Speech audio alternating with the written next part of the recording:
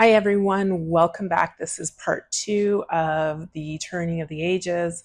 In the first episode, we talked about Hamlet's Mill, the story of Amleth and Hamlet, and how Hamlet is connected to Tycho Brahe, and kind of speculated that maybe it's a nod to the story Hamlet being about also the precessional cycle. In this episode, we're going to go a little bit more into what the authors of Hamlet's Mill say, one particular story pertaining to Samson of the Bible, and a little offhanded comment they make about a particular star that they don't further go into, but we will go into in this video. This will lead us back to talking about the Tychos and how the Tychos might help us to understand these cosmological myths and where we are in the precessional cycle.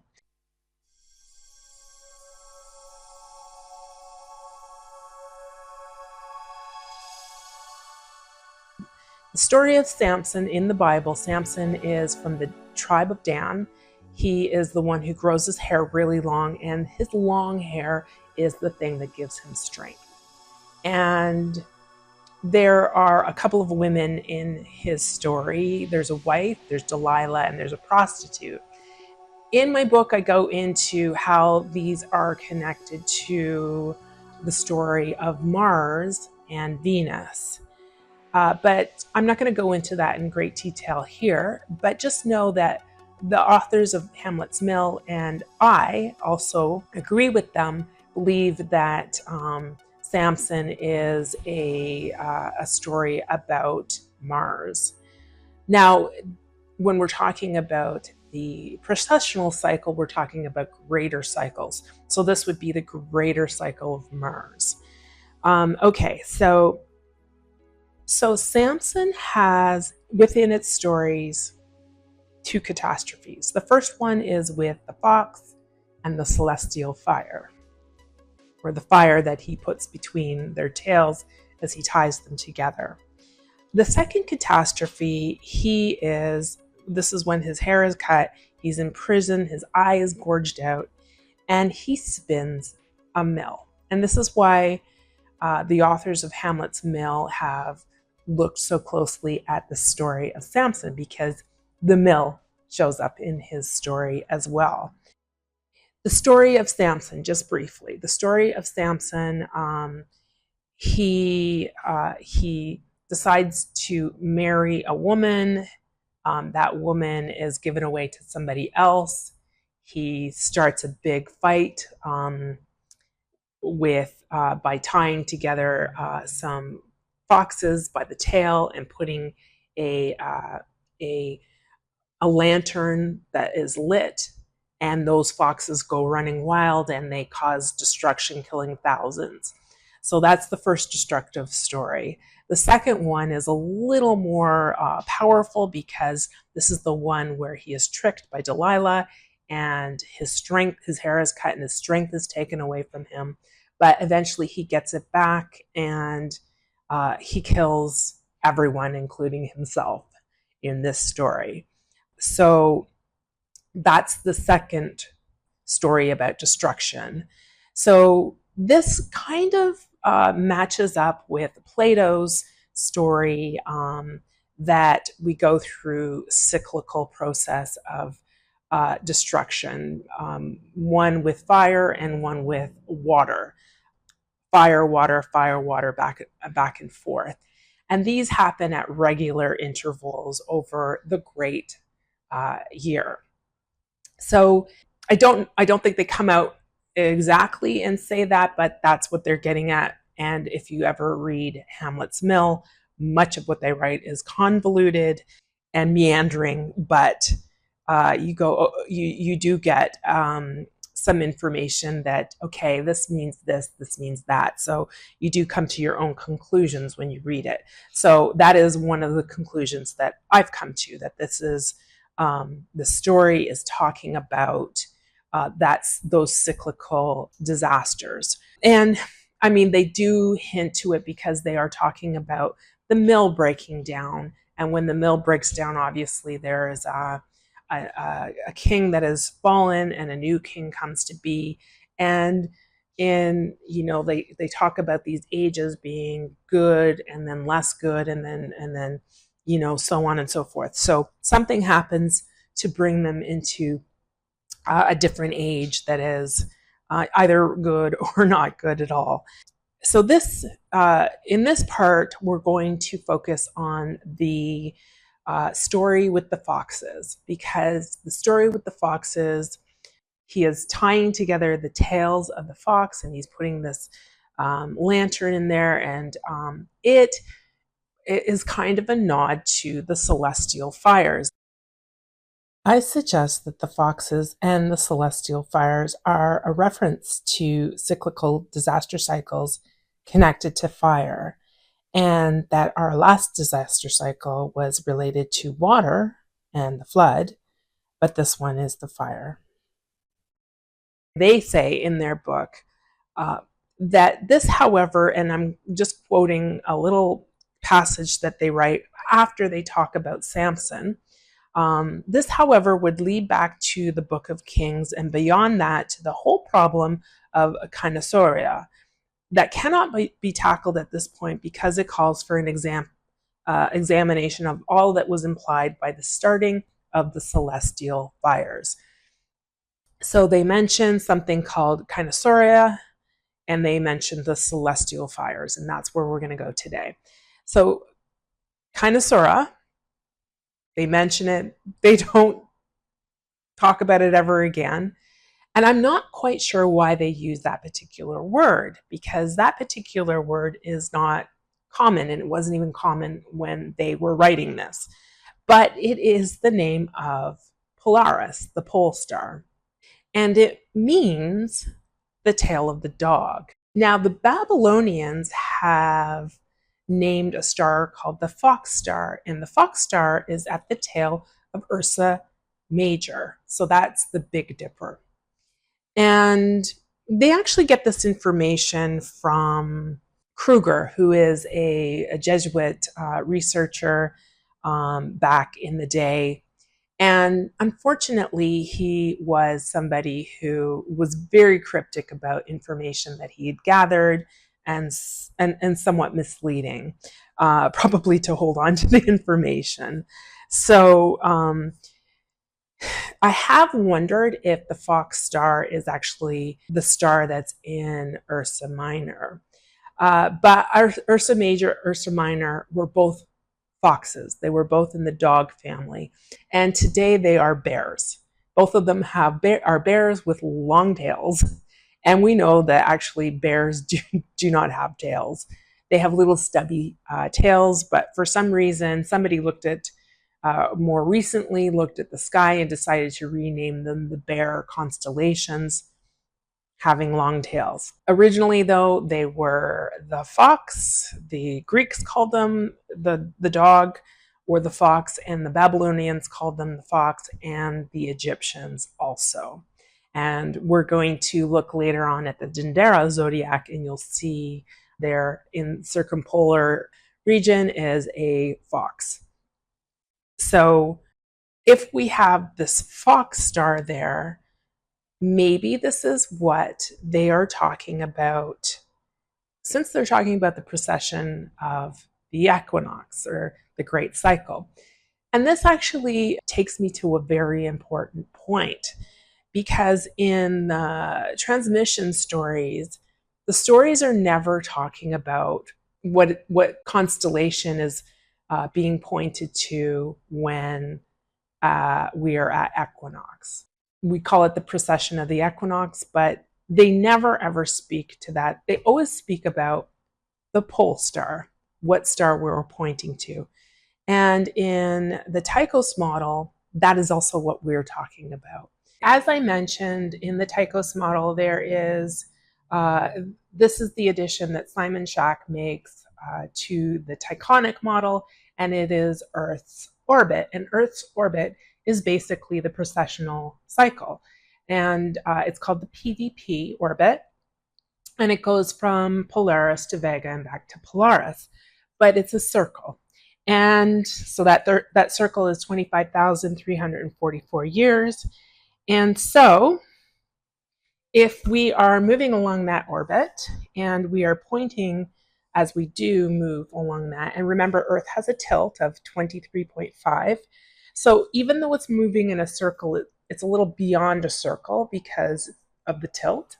Now, I want to go back to Kynosoura because I want to talk about the different stars that we move around and what they might mean if we were to shift our focus from looking at the age of Aquarius, what's on the ecliptic, what we're pointing at, to a northern focus. What are we pointing at in terms of the North Pole?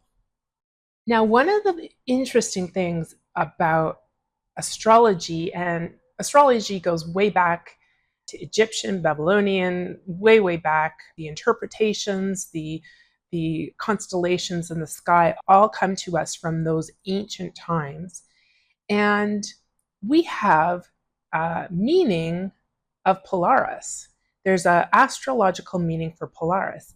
But most of the stars that we have information about are on the ecliptic. They are when the planets and the sun move along the ecliptic and they come close to those stars, they add extra meaning. And so Polaris, being the pole star, is nowhere near the ecliptic right now in our period of time. If we go thousands of years into the future, it does dip lower and moves to the ecliptic area. When Vega is the pole star, it's lower down here and it's closer to our ecliptic range. So it has an interpretation.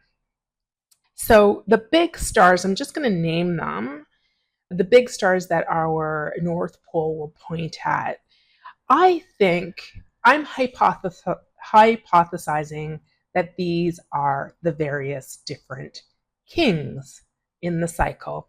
And when we are pointing to that, everything is circling around that, looking like a mill, and that's the king.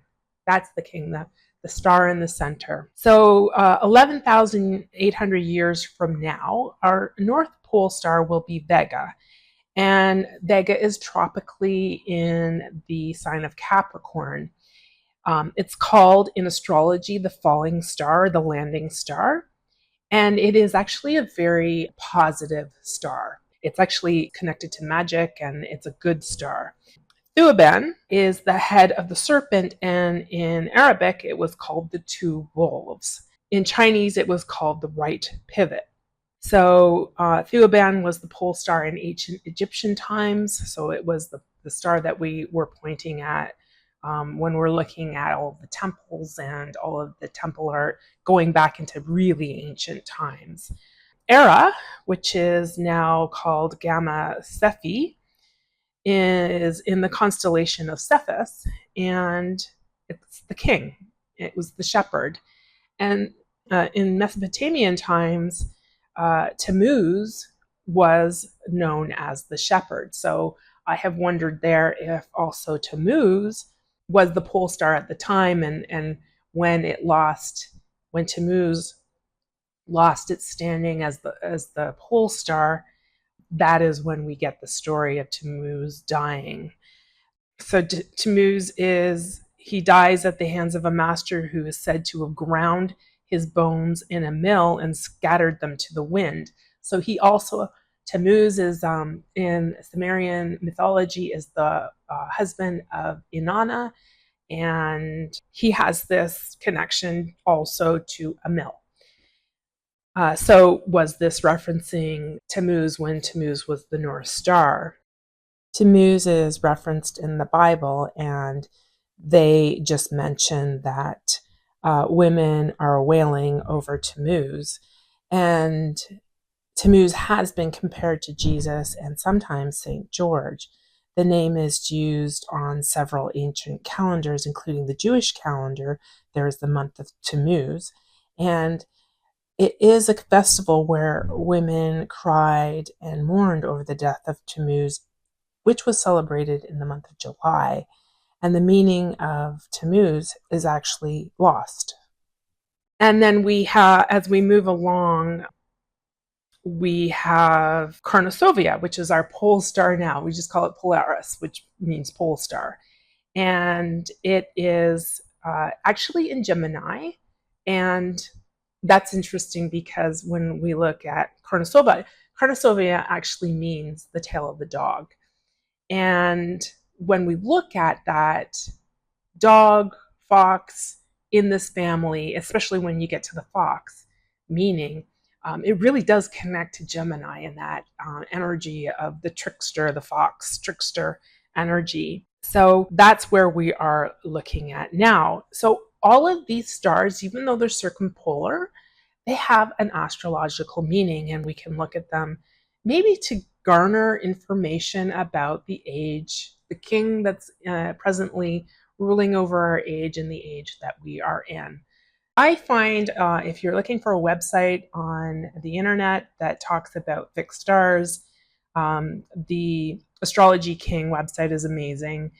He goes through all of the fixed stars and tells you what the meanings are of them and looks at various sources. So looking at his website, Polaris Astrology, it says that it is the nature of Saturn and Venus. It causes much sickness, trouble, loss of fortune, disgrace, and great affliction. And it may give legacies of inheritance attended by much evil. So that to me means somebody inherits something and they rule over it with evilness. And then on a personal level, it leads to problems, illnesses, romantic issues, domestic issues, lots of losses. So it's pretty negative. It's a pretty negative star astrologically. And in some ways, this really does make sense for our age.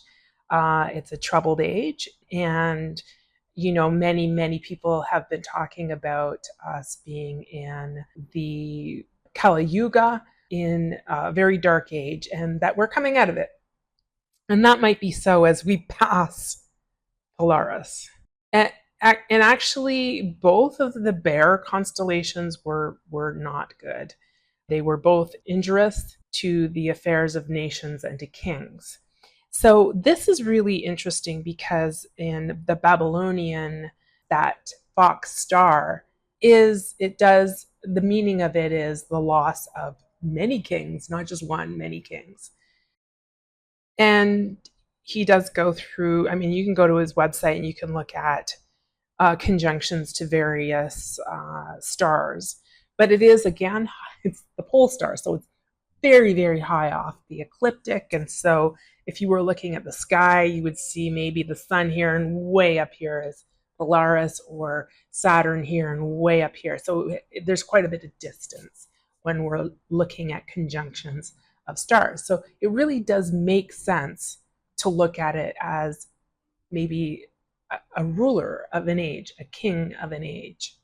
Now, one thing I want to point out that he says on his website, this is the Astrology King. By the Kabbalists, it is associated with the Hebrew letter Tau and the 21st Trump tarot card, the universe. And so the Tau is a very, very, very important letter on the Camino, the path of the Camino. When you walk the path of the Camino, when you get towards the end, the Tau is the letter at the end. It's the cross. And much of my book is about this spiritual growth process that you learn along the Camino or any path, pilgrimage. But symbolically, the Tau is on that path of the Milky Way. There's a big hint right there that Polaris, the Tau, and the Milky Way are very connected. So Tau is the final letter of the Hebrew alphabet. It's the end. It's the end of the alphabet. It's the synthesis of everything, the completion of the human being, the completion of the work. And it's likely the completion of a cycle. The letter used to write Tau are the letters Daleth and Nun, and they spell Dan in Hebrew. and Dan means judgment. And Samson comes from the tribe of Dan. So we have a link there. The Tau is also connected to Christ and is the cross of Christ. Now, the interesting thing about Polaris, the pole, Kynosoura, is that it is in the circle of the Earth orbit. It is the part of the orbit that is in the Milky Way. And the Milky Way is a very active region. It is a very, very active region. And so how, if we are pointing at the fox, and the fox is the king of the age, hypothetically, how would that connect us to the celestial fire? So that's where we'll go next. Okay, so the celestial fires. This is the section of the sky that is connected to fires, to sacred fires in many, many, many, many cultures. And it is the region of Orion. And so what I want to do is go through a couple of different cultures and show you their star maps and talk about their mythology and show you how repeatedly this area comes up as connected to the celestial fires. And again, where I'm going with this is we are moving along our own PVP orbit in the Tychos understanding of it. We are now in the area of the Milky Way on our journey, pointing at Polaris. And so we're in the section of the sky in the Milky Way that is connected to Orion. And there we have lots of stories about the celestial fires. So let's go into that a little bit and we'll wrap it all up. So the authors of Hamlet's Mill, when they mention Kynosoura, they put just a little footnote. It's literally a footnote at the bottom, and they talk about the celestial fires. So they mention several fire festivals, and they include Ceres, the festival of Cerealia, and the Iranian Zoroastrian Sabbath festival. This is a festival where they hold fire ceremonies to ward off evil and the darkness of Ahriman. And they both of these festivals involve sending foxes in between the fire and the ceremonies, and they're both attributed also to fertility, the return of the fertility. But we can go beyond that. There's Beltane, which has a fire festival. There is Jonsok, or Sakathansian, which is to ward off evil spirits as well. And this is in the Scandinavian pagan rituals. It's connected to this part of the year, midsummer, which is when you look at the area of the sky, it is Orion. It's the area of Orion. And it is also celebrated with fire ceremonies and connected to our fertility. There is one mythology in particular that I like because it's connected to Tenerife in the Canary Islands, which has been linked to Atlantis. But in their mythology, in their pantheon, there is a goddess, sun and light, called Majek. She was an important deity, and actually there's some debate over whether it was a god or a goddess, but the meaning is Mother of Brightness. So with the name Mother of Brightness, it seems like it's a feminine symbol of the sun. So according to the legend, Gaiota, who is kind of the devil entity, I would say more like Mars, kidnaps and imprisons Majek. And there is actually a Japanese mythology that's very similar to this. And Majek is incarcerated in the volcano, and the world falls into darkness. And then people become afraid and they pray to their supreme god, and they asked for Majek to be freed. Eventually she is freed, and Gaiota, who is the devil god, is put in that volcano, and they light fires on the slopes to taunt and to make sure that Gaiota stays in that volcano. So again, there's another fire ceremony. So there are many, many, many myths and ceremonies. So then when we look at the Mayan, go to the other side of the world and look at the Mayan and the Aztecs cultures, and I'll just show you their sky mythology. So as I mentioned, we are talking about the area of the sky related to Orion, and right underneath Orion's belt is this nebula, and it is a very large nebula that they say, many cultures say, we come from. And if we go over to the Mayan culture and their sky map, then we can see that they actually have this flame. It's called the primordial flame, and it's right underneath the turtle, which is Orion's belt. And the primordial flame is obviously connected to fire. And then when we go over to the Inca culture, we see again this symbol of fire. And they have something they call the, theirs looks more like a T, actually, a tau, and slanted tau. And theirs is called the fire. So just to sum it up, the sacred fires may refer to a very dangerous time when the Earth is passing through the Milky Way and pointing at Polaris.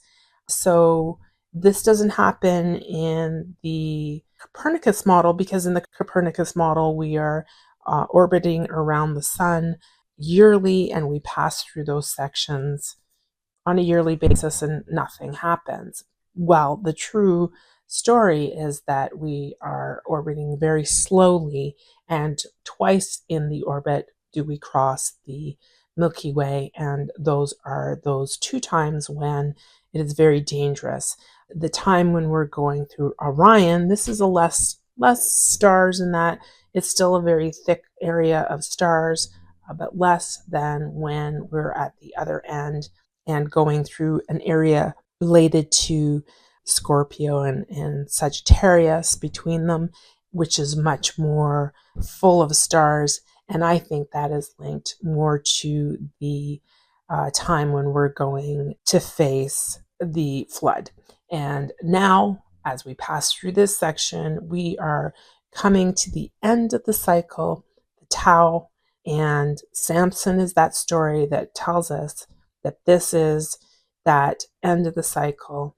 And it's not when everybody dies, so it's a less traumatic or a less disastrous cycle, but it is still connected to fire, and it's a return to fertility in many of these myths. And so it's to me pointing to a golden age. All right, thanks everyone for sticking with me and walking through this Turning of the Ages and this different perspective from the Tychos, leaning on some of the words from the authors of Hamlet's Mill and some of the discoveries that I've made there.